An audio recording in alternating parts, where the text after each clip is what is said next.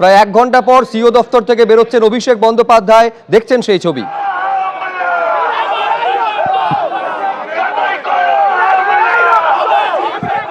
যে গুরুত্বপূর্ণ খবরে আমরা রয়েছি, রাজ্যের সিইও দফতরের 4 আধিকারিককে সরিয়ে দিল জাতীয় নির্বাচন কমিশন, যার মধ্যে ডেপুটি সিইও থেকে শুরু করে মোট 4 জন আধিকারিক রয়েছেন, যাদের নির্বাচন শুরু হওয়ার অর্থাৎ প্রথম ভোটের 1 মাসেরও কম সময় আগে এই নজিরবিহীন পদক্ষেপ নিল জাতীয় নির্বাচন কমিশন। আমি আরো বিস্তারিত জানবো, এই নিয়ে কথা বলবো। আমাদের প্রতিনিধি অতনু হালদার এই মুহূর্তে আমার সঙ্গে রয়েছেন। অতনু, নিঃসন্দেহে একটা নজিরবিহীন পদক্ষেপ, ঠিক কতটা তাৎপর্যপূর্ণ এই জায়গায় দাঁড়িয়ে কমিশনের এই পদক্ষেপ, কি জন্য এই পদক্ষেপ? দেখো, যথেষ্ট তাৎপর্যপূর্ণ যে এটা হচ্ছে মুখ্য নির্বাচনী আধিকারিকের দপ্তর। মুখ্য নির্বাচনী আধিকারিকের দপ্তর মানে জাতীয় নির্বাচন কমিশনের যে রাজ্যের যে প্রধান দপ্তর, সেটা হচ্ছে মুখ্য নির্বাচনী আধিকারিকের দপ্তর। এই মুখ্য নির্বাচনী আধিকারিকের দপ্তর থেকে চারজন অফিসারকে একসাথে সরিয়ে দেওয়া হলো। মানে এটা যথেষ্ট গুরুত্বপূর্ণ। কেন বলছি, তুমি দেখো যে এবারে এই বিধানসভা নির্বাচনে দিন ঘোষণা হওয়ার পর থেকে একের পর এক বদলি হচ্ছে। যে রকমের বদলি এর আগে কোনো নির্বাচনে আমরা দেখিনি। মুখ্য সচিবকে পর্যন্ত বদলি করে দেওয়া হয়েছে, একসঙ্গে মুখ্য সচিব সহস্র সচিবকে বদলি করা হয়েছে।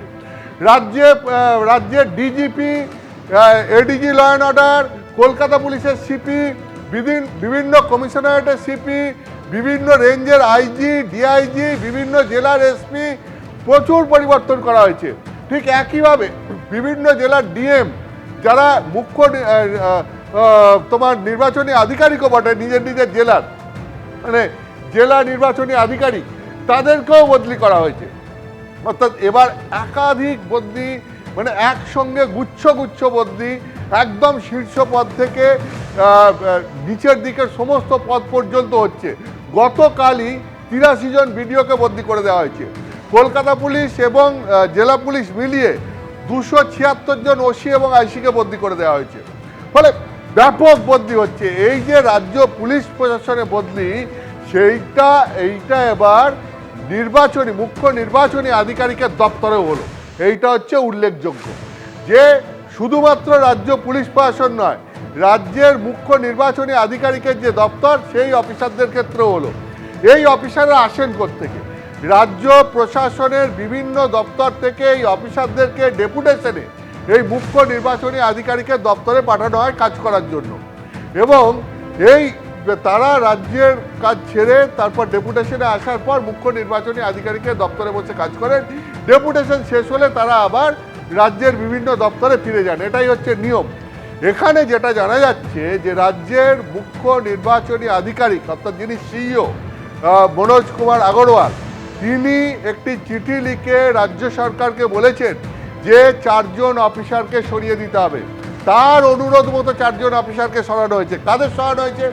ডেপুটি সিইও সুব্রত পালকে সরানো হয়েছে, তাকে সরিয়ে হেলথ অ্যান্ড ফ্যামিলি ওয়েলফেয়ার ডিপার্টমেন্টে পাঠিয়ে দেওয়া হয়েছে। জয়েন্ট সেক্রেটারি বিন্টু সরকার, তাকে সরানো হয়েছে, তাকে সরিয়ে এই জয়েন্ট সেক্রেটারি সিইও পদ থেকে সরিয়ে জয়েন্ট সেক্রেটারি মাইনরিটি অ্যাফেয়ার্স এবং মাদ্রাসা এডুকেশন ডিপার্টমেন্টে পাঠিয়ে দেওয়া হয়েছে। সুপ্রিয় পাল এবং নরেন্দ্রনাথ দত্ত, দুজনই হচ্ছে অ্যাডিশনাল সেক্রেটারি এই সিইও দপ্তরে। তাদের দুজনকেই, একজনকে সরানো হয়েছে লেবার ডিপার্টমেন্টে, আরেকজনকে সরানো হয়েছে হর্টিকালচার ডিপার্টমেন্টে। অর্থাৎ রাজ্যেরই বিভিন্ন দপ্তরে এদেরকে সরিয়ে দেওয়া হয়েছে। কেন সরানো হয়েছে? কারণ রাজ্যের মুখ্য নির্বাচনী আধিকারিক তিনি রাজ্য সরকারকে এদেরকে সরাতে বলেছেন। সেই কারণে রাজ্য সরকার এদেরকে সরিয়েছে এবং এদের জায়গায় রাজ্য সরকারের একজন additional secretary health and family welfare ডিপার্টমেন্টের রাহুল নাথকে, তাকে জয়েন্ট সিইও করা হয়েছে এই মুখ্য নির্বাচনী আধিকারিকের দপ্তরে। এখন প্রশ্ন হচ্ছে, হঠাৎ করে একসঙ্গে 4 জন অফিসারকে কেন সরানো হলো মুখ্য নির্বাচনী আধিকারিকের দপ্তর থেকে? যেটা বিভিন্ন জল্পনা শোনা যাচ্ছে সেটা হচ্ছে যে দুটো জিনিস শোনা যাচ্ছে। একটা হচ্ছে এদের কাজে মুখ্য নির্বাচনী আধিকারিক মোটেও সন্তুষ্ট ছিলেন না। 2 হচ্ছে এদের কাজ নিয়ে নানান অভিযোগ আসছে এবং সেই অভিযোগের মধ্যে পক্ষপাতের অভিযোগ আসছে। 3 হচ্ছে যে মুখ্য নির্বাচনী আধিকারিকের দপ্তর এখন চাইছে যে এই মুহূর্তে যেন খবরাখবর সমস্ত কিছু তার দপ্তরের মধ্যেই সীমাবদ্ধ থাকে, সেই খবরাখবর যেন বাইরে কোথাও না যায়। তার জন্যই একটা মানে ঠিক এমনভাবে অফিসারদেরকে সাজানোর চেষ্টা করছেন সিইও, যেটা সূত্রের খবর, যে যাতে নির্বাচন কমিশনের সমস্ত কর্মকাণ্ড নির্বাচন কমিশনের মধ্যেই আবদ্ধ থাকে, নির্বাচন কমিশনের কর্মকাণ্ডের কোনো খবর যেন বাইরে বেরিয়ে না যায়। ঠিক এই রকম কিছু পরিকল্পনা মাফিক অফিসারদের সরানো হচ্ছে এবং সেখানে নতুন অফিসারদেরকে নিয়োগ করা হচ্ছে, মানে নিয়ে আসা হচ্ছে। তার মূল উদ্দেশ্য হচ্ছে যে নির্বাচন কমিশনের কাজকর্ম এবং নির্বাচন কমিশনের মধ্যে কি কর্মকাণ্ড চলছে তা যেন বাইরে না যায় এবং কাজকর্ম যাতে মুখ্য নির্বাচন আধিকারিকের ইচ্ছে অনুযায়ী বা জাতীয় নির্বাচন কমিশনের ইচ্ছে অনুযায়ী হয়, সেখানে যেন অন্য কোনো প্রভাব কাজ না করে, সেই সমস্ত ভেবেই এইরকম নতুনভাবে রাজ্য মুখ্য নির্বাচনী আধিকারিকের দপ্তরকে সাজানো হচ্ছে।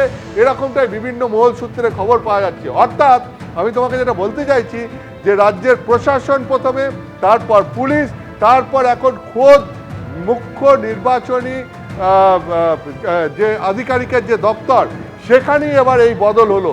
সব মিলিয়ে এবারে যেভাবে বিভিন্ন জায়গা থেকে অফিসারদের সরানো হচ্ছে, বদল হচ্ছে, তা অন্য কোনো নির্বাচনের আগে হয়নি। এটা একেবারে নজিরবিহীন। একেবারে অনেক ধন্যবাদ অতনু তোমায়। অর্থাৎ এই সিইও দপ্তর যাতে প্রভাব মুক্ত হয়ে কাজ করতে পারে এবং গোপনীয়তা যেন বজায় থাকে, এই রদবদলের পেছনে সেইটা একটা বড় কারণ থাকতে পারে বলে অনেকে মনে করছেন। আর এই রদবদল সম্পর্কে শুভেন্দু অধিকারী আজকে মনোনয়ন পত্র জমা দেওয়ার পর তিনি কি বলছেন এই রদবদল নিয়ে, দেখুন। ইলেকশন কমিশন খুব সতর্ক, এটুকু বলতে পারবো। তারা নির্বাচনের বিধি, বেআইনি কাজ, প্রভাবশালীদের হস্তক্ষেপ, পশ্চিমবাংলার শাসক দলের পক্ষে অগণতান্ত্রিক অবৈধ কাজ করলে এরকমই হবে। এখনো পর্যন্ত বিভিন্ন জায়গায় এই ধরনের ঘটনা ঘটছে।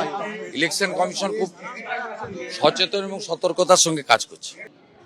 এর আগে একলপ্তে যে আইএএস এবং আইপিএসদের বদল করা হয়েছিল তা নিয়ে আজকে তীব্র ক্ষোভ প্রকাশ করেন মমতা বন্দ্যোপাধ্যায় নারায়ণগড়ে নির্বাচনী প্রচার থেকে। তিনি বলছেন বিভাজনের কৌশল এর থেকে বিজেপি নিচ্ছে, ওদের পরিকল্পনা হচ্ছে পশ্চিমবঙ্গ রাজ্যটাকেই তুলে দেওয়া। কি বলেছেন মমতা বন্দ্যোপাধ্যায় দেখবো একবার।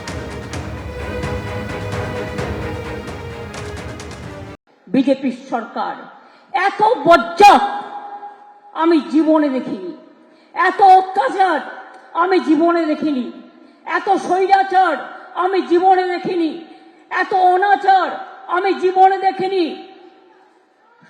সবাইকে লাইনে দাঁড় করাবে আর নিজেরা সব লুটে পুটে খাবে। আর বলছে কি তৃণমূলের বিরুদ্ধে চার্জশিট। আমি বলি প্রথম চার্জশিট মোদী আর অমিত শাহর বিরুদ্ধে হওয়া উচিত, যারা দাঙ্গা লাগিয়ে দাঙ্গা করে ক্ষমতা এসছে। হিন্দু মুসলমানে ভাগাভাগি, আইপিএস এ ভাগাভাগি, আইএস এ ভাগাভাগি, ওয়েস্ট বেঙ্গল পুলিশ সার্ভিসে ভাগাভাগি, ওয়েস্ট বেঙ্গল সিভিল সার্ভিসে ভাগাভাগি, প্রশাসনেও ভাগাভাগি। কোনো দিন ছিল না। আরে এরা তো আমাদের কাজ করে, এরা আমাদের অ্যাসেট। আজকে বিজেপির অ্যাসেট হচ্ছে সবাইকে ভাগাভাগি করে ভুলিয়ে রেখে দাও। তারা যাতে নিজেদের মধ্যে ঝগড়া করে, যুদ্ধ করে, আর এই সুযোগে বিজেপি যেন দেশটাকে লুটতে পারে।